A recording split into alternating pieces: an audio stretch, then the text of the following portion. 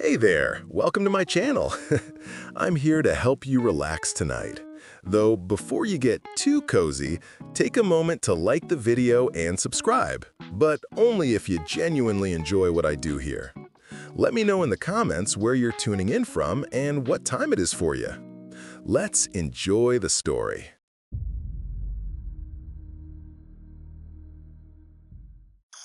This happened last year, and yeah, it sounds fake, but if you've ever bought something off Facebook Marketplace alone at night, you're probably not going to sleep great after this. My name's Jake. I'm 28, nothing special, just a regular dude who works from home, scrolls too much, and thought saving a few bucks on used furniture was worth meeting strangers in the dark. Back then, I'd just moved into a small two-bedroom apartment with my girlfriend, Emily.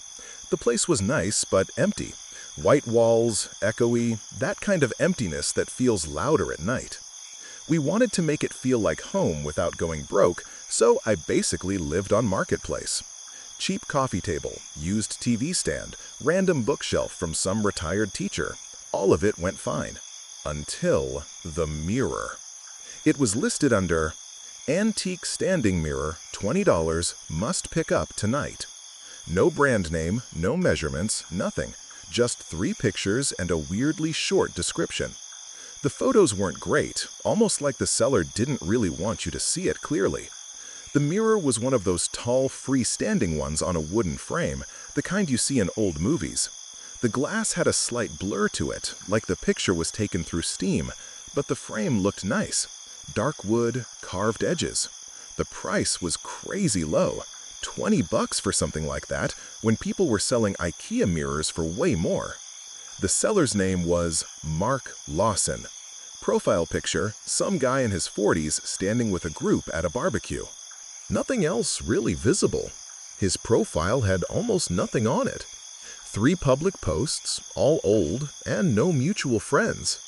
It didn't feel like a real account, but Marketplace is full of that, so whatever. I messaged him.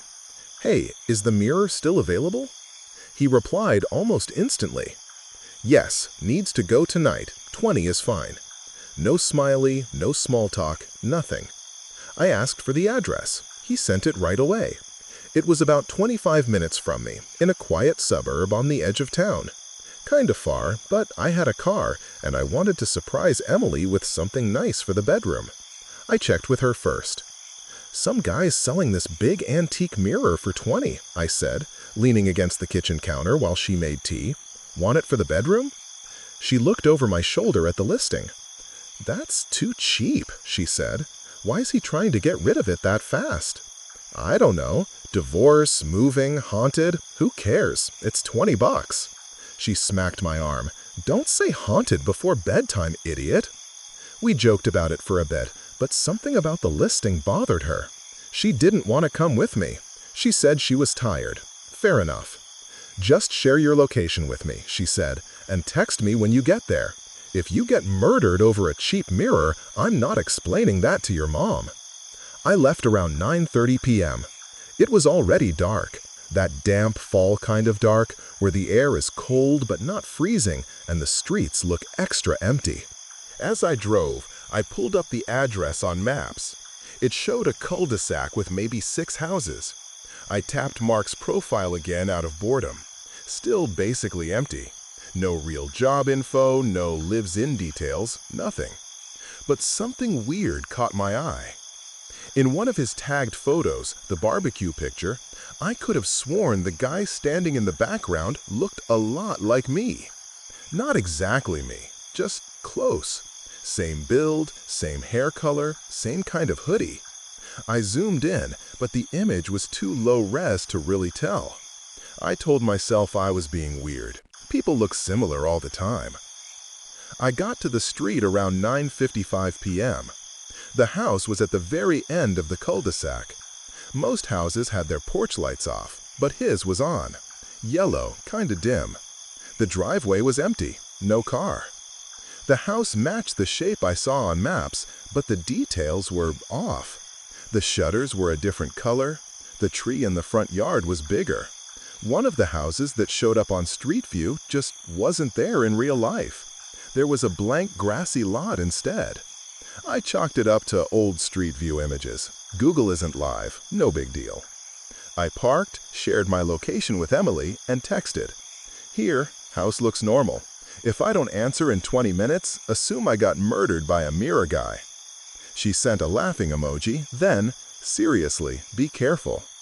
I grabbed my phone, stepped out of the car, and walked up to the door. Before I could knock, the door opened. A man stood there, half hidden behind the frame. Early 40s maybe, thinning brown hair, tired eyes, hoodie and sweatpants. He looked like every burned-out dad you'd see at a grocery store at 10 p.m. "You, Jake?" he asked. "Yeah, Mark." He nodded. His eyes flicked past me, like he was checking if I'd brought someone. "You came alone?" he asked. Yeah, traffic was light." He hesitated for half a second, then opened the door wider. "Come in. It's at the back. I can help you carry it." The house smelled stale, like someone had kept windows closed for months. No cooking smells, no air freshener, no normal house scent, just dust and something faintly metallic. The hallway was narrow, with family photos on one wall. I glanced at them as we walked through. Every single one had someone's face blurred by glare or motion. Either the father's face was turned away, or the kid was mid-blink, or the mom was caught in a laugh. It looked almost intentional, like whoever took the photos never wanted a clear shot of anyone. Mark noticed me looking. "Kids don't stay still," he said. "Hard to get a good photo." He said it like it was a script he'd practiced. We walked into the living room. It was almost empty. A sofa, a coffee table, TV, no decorations, no books, no clutter. Just bare. The mirror stood in the corner, angled so it faced the window. It was nicer in person. The wood frame really was old, with these carved leaves running up the sides. The glass had a subtle wave to it, like those old windows you see in historic buildings. But the part that got me was how weird it felt to look into it. You know how most mirrors are either perfectly sharp or obviously warped? This one was in between. My reflection was clear, but the background behind me had this slight delay. Like if I moved my hand, my face matched instantly, but the room behind me caught up a fraction of a second later. It was subtle enough that I thought maybe I was tired. "Wow," I said. "Yeah, this is actually really nice. Why are you getting rid of it?" He didn't answer right away. His reflection in the mirror wasn't looking at the glass. It was looking at me. Then, a heartbeat later, his real head turned to match where his reflection already was. "I just don't want it in the house anymore," he said. "20's fine. You got cash?" "Yeah." I pulled it out and handed it over. He barely looked at it. "Help me carry it to your car," he said. "Careful with the glass." We each grabbed a side. The wood was heavier than it looked. As we turned to go back down the hall, he said something that stuck in my head. "Try not to keep it facing the door," he muttered. "It's better if it's facing a wall." I laughed awkwardly. "What, like superstition or something?" He stared at me, his face suddenly tight. "Just don't," he said. "You'll sleep better." We got it to my car with no problem. I strapped it down with a bungee cord in the back, tossed a blanket over it so it wouldn't scratch. When I shut the trunk and turned back to say thanks, Mark was already halfway to the door. He didn't say goodbye, didn't wave, just went inside quickly and shut the door like he was in a hurry to be alone again. As I pulled away, I glanced in the rearview mirror. The front window of the house was dark now, no porch light, like no one had been there at all. My phone buzzed at a stop sign. "Emily, still alive?" "Yeah," I texted back. "Guy was weird, but chill, on my way." "Send a pic of the mirror." I angled my phone over my shoulder, tapped the camera, and snapped a quick shot through the back seat of the mirror wrapped in the blanket. The photo showed the blanket, the frame, and my own face. Except I was looking straight into the mirror in the photo, and in real life, I was turned around, facing forward when I took it. I figured I must have hit the camera, looked back, then snapped right as I turned. One of those timing things. I brushed it off, closed messages, and kept driving. By the time I got home, it was 10:30. The building hallway was quiet. Everyone in our building worked early shifts, so lights were already off. Emily met me at the door, barefoot in one of my hoodies. "So," she asked, "haunted or just ugly?" "Honestly, it's nice. Help me get it inside." We carried it in, laughing as we bumped it into the doorframe. We ended up putting it in the bedroom at first, facing the bed. It made the room look bigger. "That placement is cursed," Emily said, half joking. "I'm gonna wake up and see something behind us in that thing." I thought about what Mark had said. Actually, the guy told me not to keep it facing the door. So we're taking advice from random marketplace dude now? Hey, he gave me a discount. He knows things. We moved it so it stood along the side wall instead, so from the bed you could see yourself at an angle, but it wasn't in your direct line of sight. The mirror now faced the closet and part of the doorway. We were both tired, so we didn't really mess with it. Emily went to brush her teeth. I sat on the edge of the bed and pulled out my phone. I opened Messenger to send one of the mirror pics to a friend. The chat with Mark was at the top. I tapped it to see the address again, just in case I forgot where I'd gone. But the chat was empty. Not just the messages gone, the entire conversation thread was wiped, like I'd never messaged him at all. The little circle with his profile picture at the top was just a gray silhouette now. No name, just Facebook user. I backed out and refreshed the marketplace listing. Item no longer available. Okay, that part made sense. He probably deleted the listing after I picked it up, but the missing messages and the vanished profile were weird. I told myself maybe he blocked me or deactivated his account. Still, I took a screenshot of the blank chat and sent it to Emily with, "Okay, that's a little weird." From the bathroom, I heard her muffled laugh. "Stop it," she yelled. "I have to sleep." We watched some dumb show, crawled into bed, and passed out. Everything felt normal. For about 3 days. That's when the little stuff started. The first thing was the notifications. Late one night, I was half asleep when my phone buzzed twice. I squinted at the screen. 2 new marketplace notifications. Mark Lawson updated the price of antique standing mirror must go tonight to $15. You have a new message from Mark Lawson. My stomach dropped a little. I tapped the first notification. It took me to the listing. Same title, same photos, same price change. But the seller's name wasn't Mark Lawson anymore. It was mine. Jake Miller, 4.8 star seller rating. I stared at it, completely awake now. I never made a listing. I never set a price. I never posted those pictures. But there was my name, my profile, my town under seller. I backed out, hands suddenly sweaty, and went to my own marketplace profile. There it was in my selling tab. Antique standing mirror, $15, must pick up tonight. Emily shifted beside me. "What are you doing?" she murmured. "You listed the mirror?" I whispered.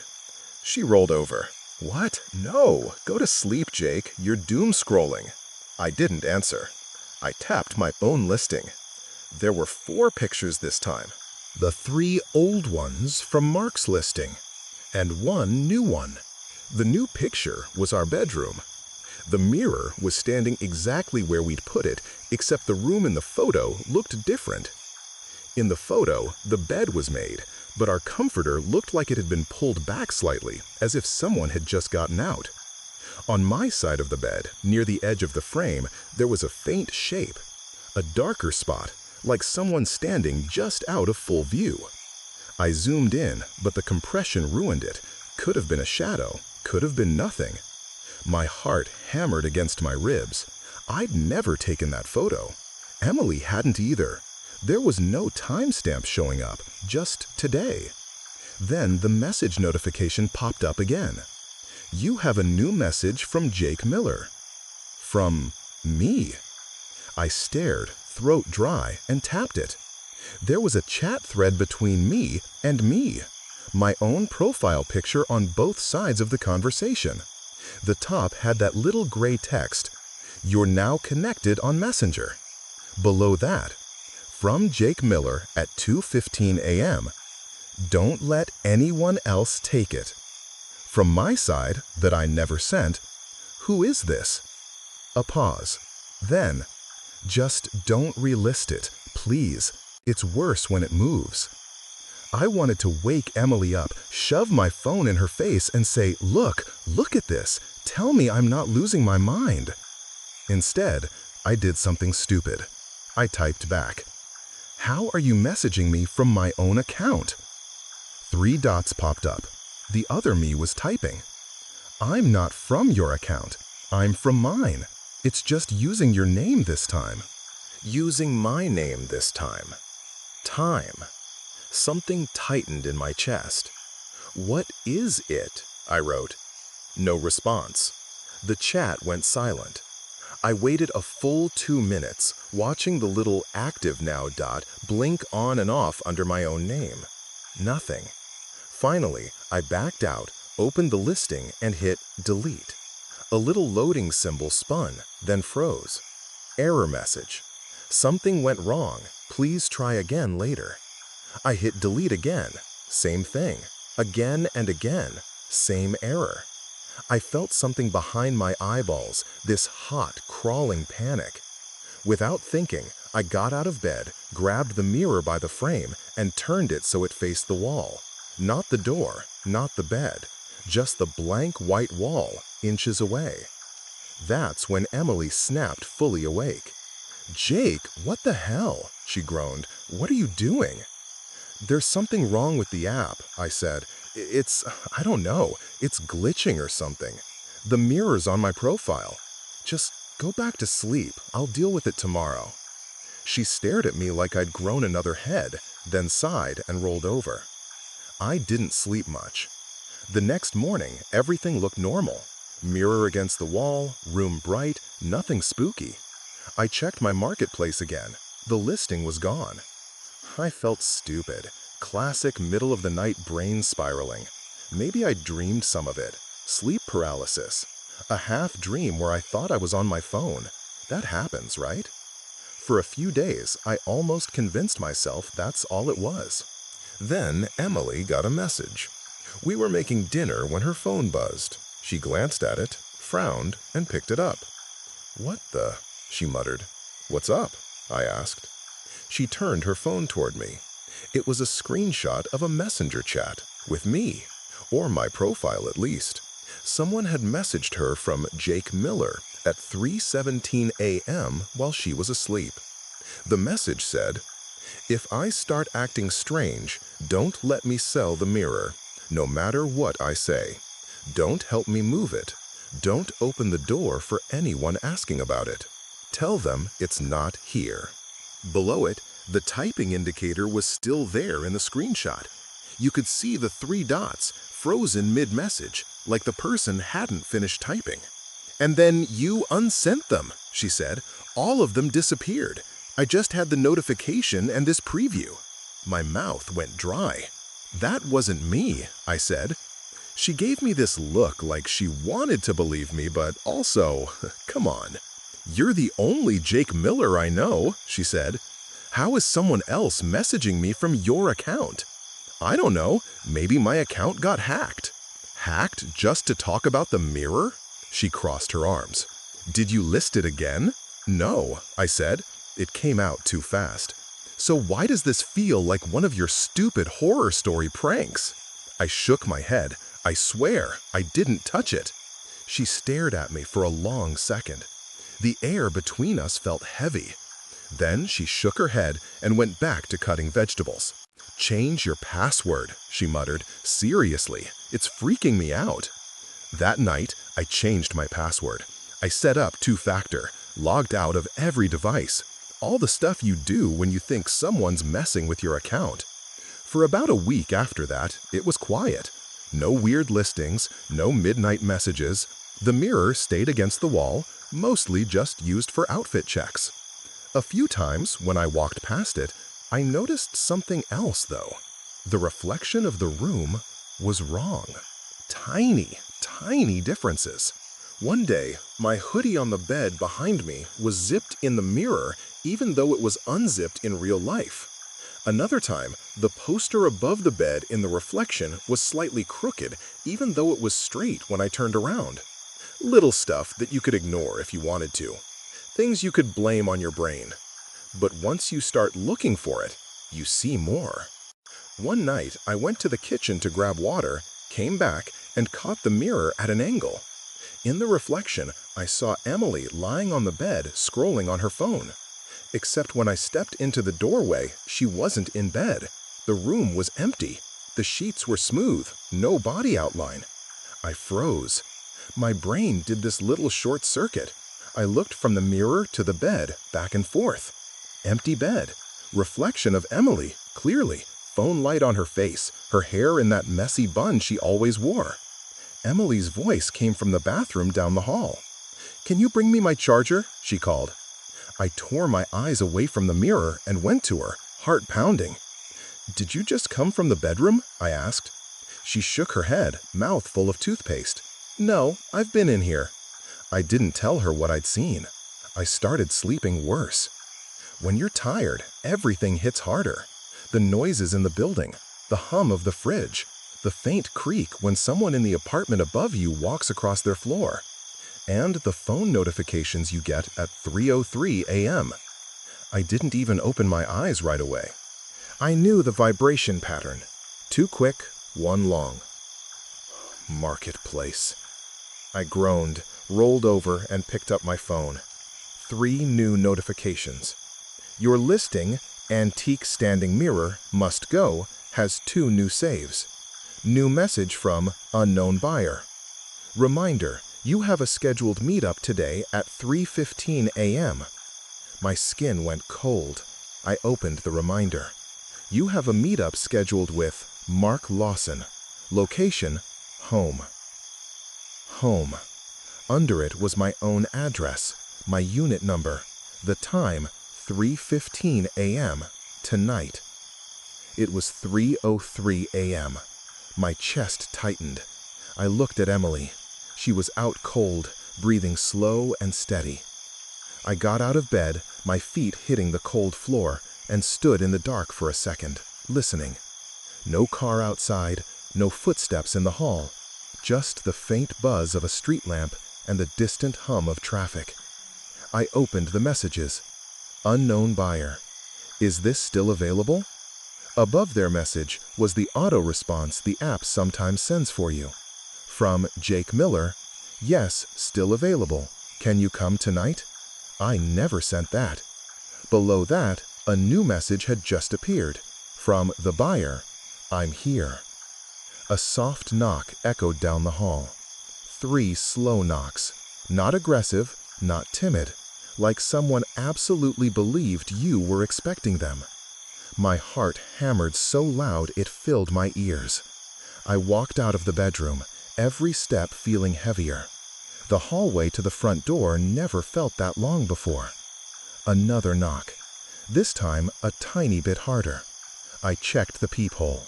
A man stood there, head slightly bowed, hands in the pockets of a dark jacket. He looked like me. Not exactly, like the photo at the barbecue. A little older maybe, a little more tired, but the same hair, same jawline, same posture. His phone screen glowed in his hand. I could see the interface, even through the distorted peephole view. He was on my marketplace listing. The mirror was in the thumbnail. My phone buzzed again. New message. Hey, I think I'm here. Door looks the same as the pictures. As the pictures. I hadn't posted any pictures of my door. Sorry, I typed with shaking hands. Wrong address. He typed back, and at the same time, he raised his head and stared straight into the peephole. His eyes lined up perfectly with where mine were. No, it's right. I remember this. You listed it. You have to open the door. This is how it starts. This is how it starts. I stepped back from the door like it had burned me. The knocking stopped. Silence. Then, faintly, from the other side of the door, I heard my own voice. "Might as well open it," it said. "You buy, you sell. That's the rule. You knew that when you clicked accept." I didn't answer, didn't breathe, just stood there. My phone vibrated again. Incoming voice call, Jake Miller. From my name, my photo. I declined it. It rang again, and again. Even on silent, the screen lit up the hallway with that cold blue light over and over. Then it stopped, just like that. No more knocking, no more messages, just the normal dark hallway and the faint reflection of myself in the framed picture by the door, staring back with wide, freaked-out eyes. After a while, I forced myself to walk back to the bedroom. The mirror was still facing the wall. In the reflection of the wall, though, I could see the door. And in the reflection of the door, I could see a shape standing just outside of it, lit by the building's emergency light. The shape waited a second, then slowly turned and walked away down the hall, disappearing from the mirror's narrow angle. But I hadn't heard footsteps, not a single sound. The next morning, Emily found me sitting at the table with a cup of coffee I hadn't touched.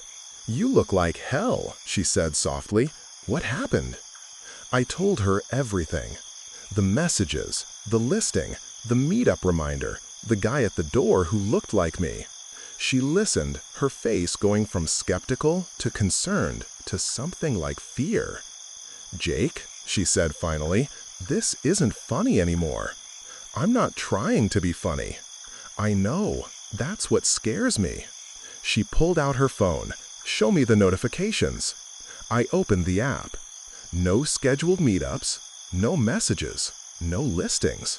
My marketplace tab was completely empty, like I'd never bought or sold anything, ever. "Check your archive," she said. Nothing, no past activity, no history. Even the coffee table and bookshelf I'd bought months ago didn't show up. "It's like you never used it," she whispered. We both looked at the mirror at the same time. It stood there, harmless and quiet, facing the wall, just a piece of old furniture, but the air around it felt heavier. "Let's get rid of it," she said. "Seriously, let's just throw it out." "What if someone else finds it?" I said. The words came out before I could stop them. She frowned. "Good, then they can deal with this and you can sleep." I swallowed. "I think that's the problem." She stared at me for a long second. "You're scaring me. Join the club." We agreed on one thing. No more marketplace. I deleted the app. She deleted hers. We decided we'd take the mirror to the dump the next day. Not list it, not give it away, just get it out of the apartment. That night, I double-checked the front door, locked the deadbolt twice, and put a chair under the handle like people do in movies. I went back to the bedroom. The mirror was still against the wall. Emily fell asleep pretty fast. I lay there in the dark, staring at the ceiling, listening to her breathing. At some point, I drifted off. When I opened my eyes again, the room was different. It wasn't bright, but it wasn't fully dark either. That weird pre-dawn blue light filled everything. The digital clock said 4:11 a.m. I rolled over. The mirror was no longer facing the wall. It had been turned. Now it stood angled directly toward the bed. I froze. Emily was still asleep beside me. In the mirror, the bed was empty. I forced myself to look closer. The room in the reflection was the same. Same bed, same poster, same closet door, but there was no one in the bed. Just smooth covers. No one at all. But something was in the doorway behind it. A shape. Not clear, not detailed, just a darker shadow standing in the bedroom doorway in the reflection, watching the empty bed. Watching me watch it. I couldn't move, couldn't scream, couldn't even blink. Then my phone lit up on the nightstand. New marketplace notification. Your buyer has rated you 5-star. Under it, small light gray text. Review from Jake Miller. Pickup went smoothly, as described. This time I remembered not to open the door. My hand shook as I reached for the phone. The notification disappeared before I touched it. In the mirror, the dark shape in the doorway slowly tilted its head like it was amused. I snapped. I grabbed the edge of the mirror, ignoring the way the wood seemed unnaturally cold, and yanked it away from the wall. "Jake!" Emily jolted awake. "What are you?" "We're getting rid of this thing right now," I said. My voice sounded strange in my own ears. "Help me." She stumbled out of bed, still half asleep, but freaked out enough not to argue. We dragged the mirror out of the bedroom, careful not to hit the corners of the walls. For a second, the glass caught our reflections in this stretched, warped way that made our faces look wrong. Eyes too close together, mouths too wide. I turned it fast so we couldn't see. We made it into the living room. "Where are you going to put it?" Emily asked. "Outside, by the dumpster. I don't care." She shook her head. "Someone's going to take it." "Good," I said, but the word felt wrong in my mouth. Better them than us. She stepped in front of me. "Listen," she said, "you're not thinking clearly. You're sleep deprived, and this is making you paranoid. Maybe it's just a bad vibe, okay? But you're talking like you want to pass it on to someone on purpose." I opened my mouth to say, "Of course not," but the words didn't come. Because somewhere deep in my chest, buried under the fear, there was this cold, horrible understanding. That's exactly how I got it. "Try not to keep it facing the door," Mark had said. He just didn't want to deal with it anymore. He wanted it gone, wanted it out of his house, wanted someone else to carry it. And now here I was, standing in my living room at 4 a.m., holding the same cursed thing and thinking the exact same thoughts he probably had.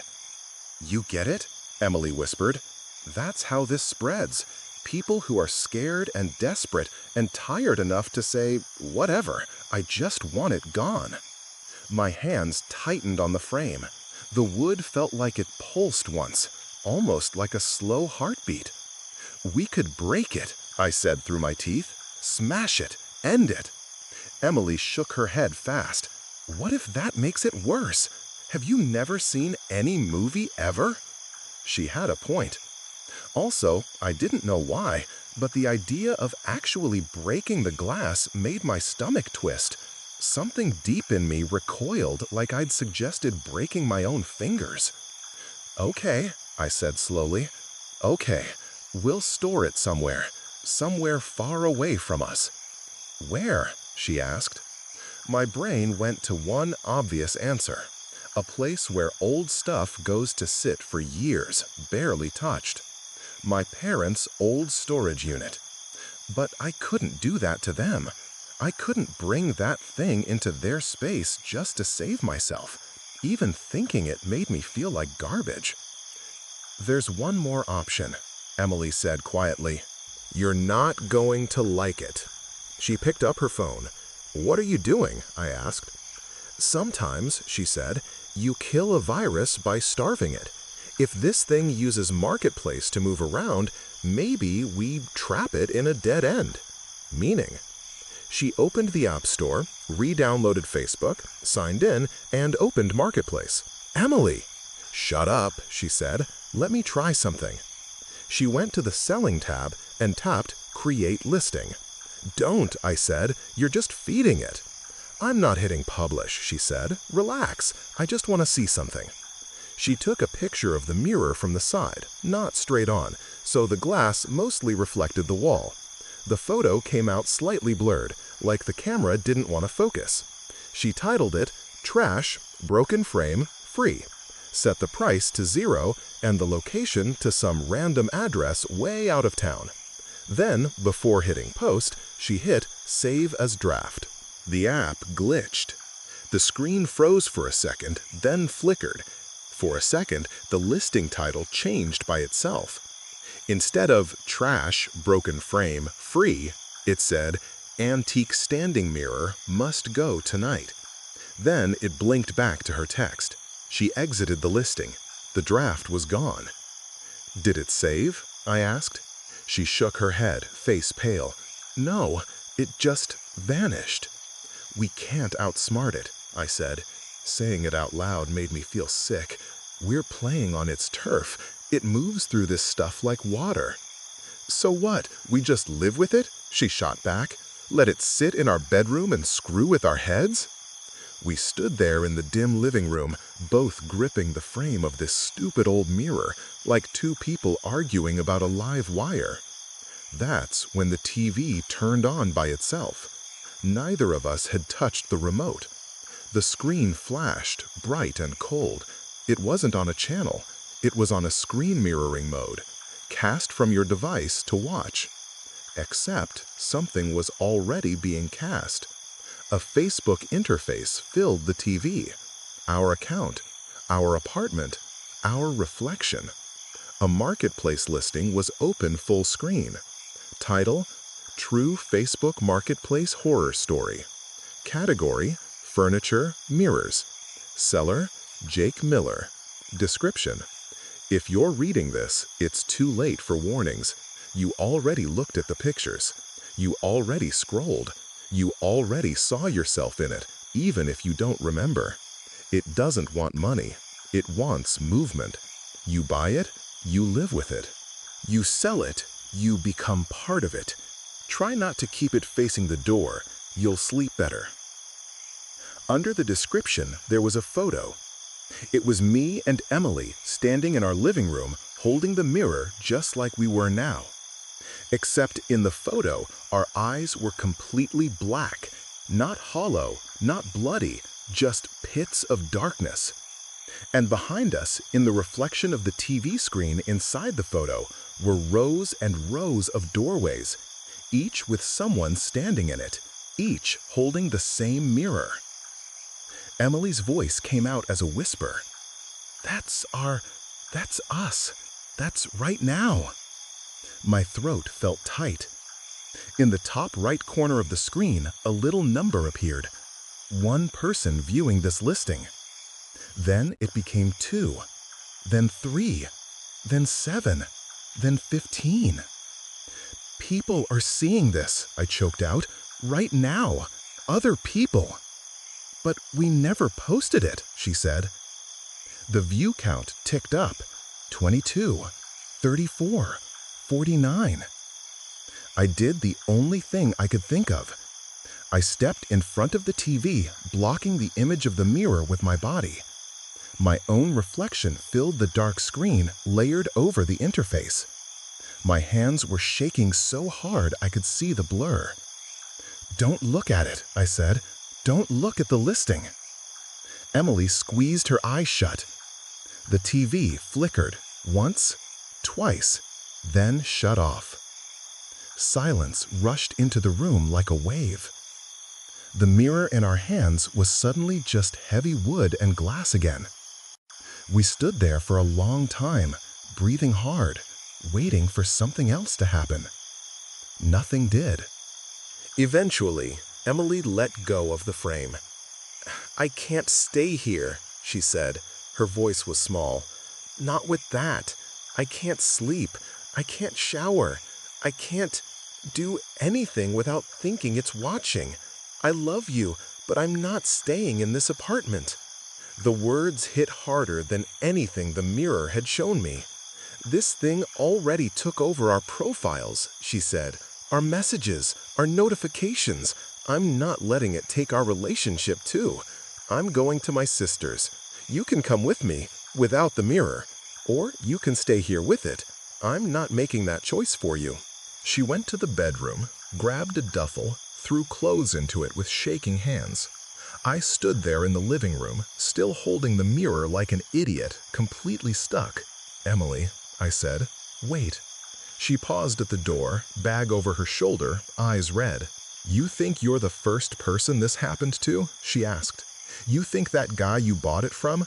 You think he wasn't standing in his living room at 4 a.m. asking his girlfriend if she'd stay? She swallowed hard. Maybe the only way to beat it, she whispered, is to be the first one who doesn't pass it on. She opened the door and left. The lock clicked behind her.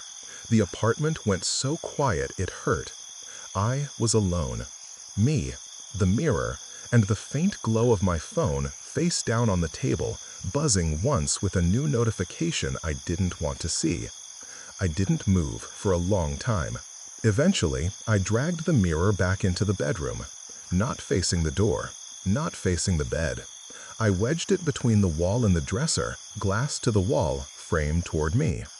If it wanted to show me something, it would have to work harder. I slept on the couch that night. For a few days after that, nothing happened. No new messages, no weird reflections, no random view counts. Marketplace stayed uninstalled. I ignored the "we miss you" emails from Facebook. Emily texted me from her sister's place, asking how I was. I lied and said I was okay. I didn't tell her that I walked around the apartment like there was a bomb in the bedroom. Like if I bumped the wrong wall, something would explode. I thought maybe it was over. Then someone knocked on my door at 3 in the afternoon on a Saturday. This time, the knock was loud and normal, like a delivery. I checked the peephole.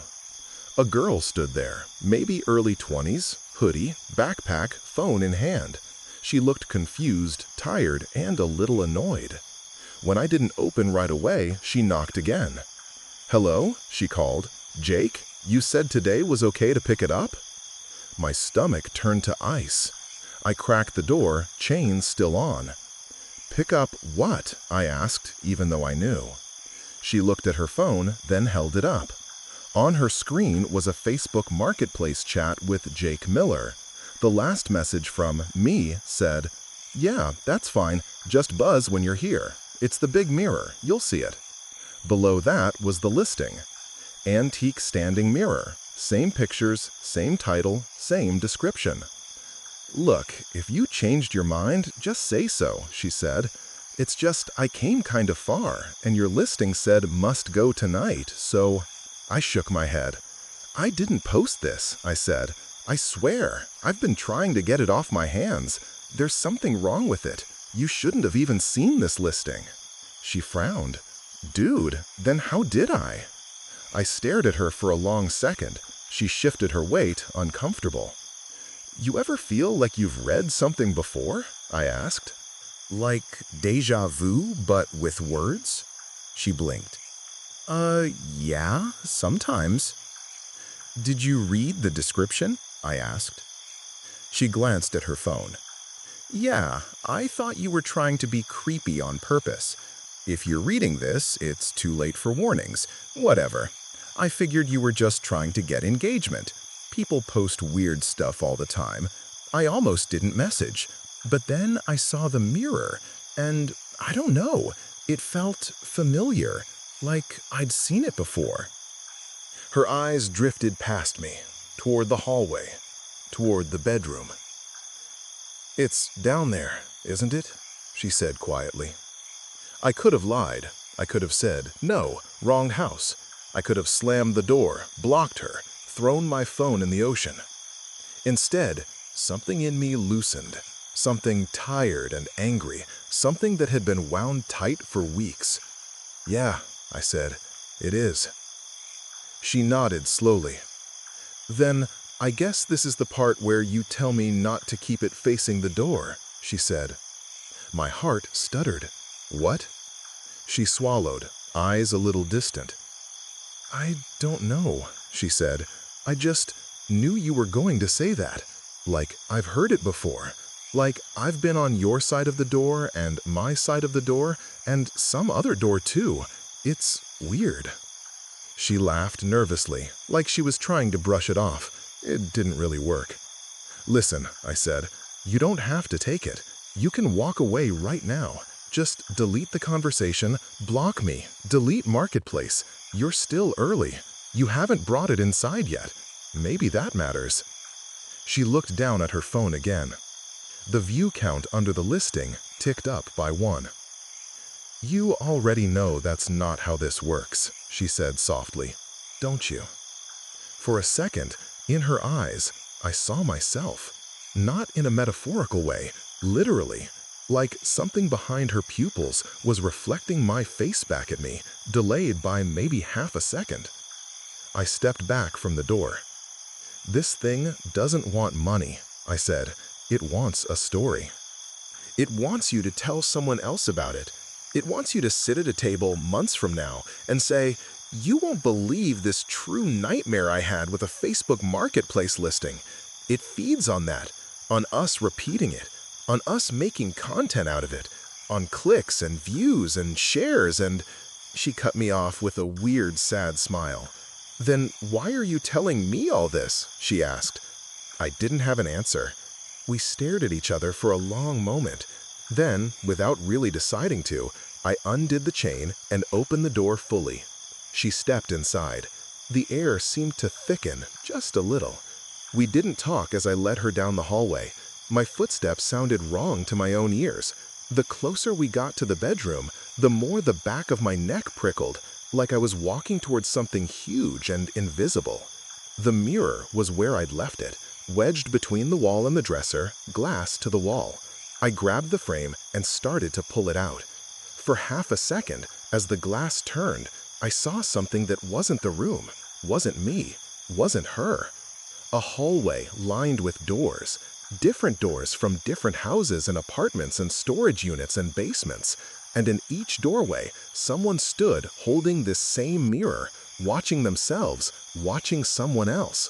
Some were old, some were kids, some were couples, some were alone. And behind all of them, way off, almost out of sight, there was a shape with no face at all. Just a blank oval where a face should be, like someone hadn't rendered it yet. It was turning, slowly, as if looking at every single version of us at the same time. Then the glass caught the real room again, and it was just me and the girl and a heavy old mirror. "It's yours if you still want it," I said. My voice sounded like it was coming from someone else. She looked at her phone one last time, then slipped it into her pocket. "Yeah," she said, "I think I was always going to take it." We carried it to the door together. At the last second, as she stepped into the hallway, the words slipped out of my mouth, unplanned, exactly the way I'd heard them weeks ago. "Try not to keep it facing the door," I said. "You'll sleep better." She gave me a tired, knowing look. "You sound just like him," she said. "Like who?" "Like the guy I bought my last mirror from." She left. The door shut. The apartment felt both lighter and emptier. I don't know where she took it. I don't know what happened to her after that. Sometimes, when I can't sleep, I search for antique mirrors on Marketplace, just to see if I recognize the photos. Sometimes I do. Sometimes I see a familiar frame in the background of a stranger's listing, a slightly curved glass, a warped reflection that's just a little too slow. But I don't click anymore. At least, that's what I tell myself. If this is on your screen right now, if the title looked just catchy enough to tap, if part of you thought, "Oh, that sounds like a good story for bedtime," then maybe you've already seen it too. Maybe you've already scrolled past a listing you don't remember clicking. Maybe you've already seen your own reflection lag just half a second behind. Maybe you're already thinking of telling someone about this later, at work, at school, in a YouTube video, on a late-night call.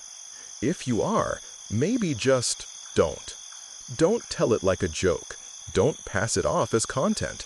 Don't turn it into just another true Facebook Marketplace horror story for views. Because maybe that's the only way it really moves. Not through trucks or hallways or front doors, but through words, through shares, through the little button that says "Send to a friend."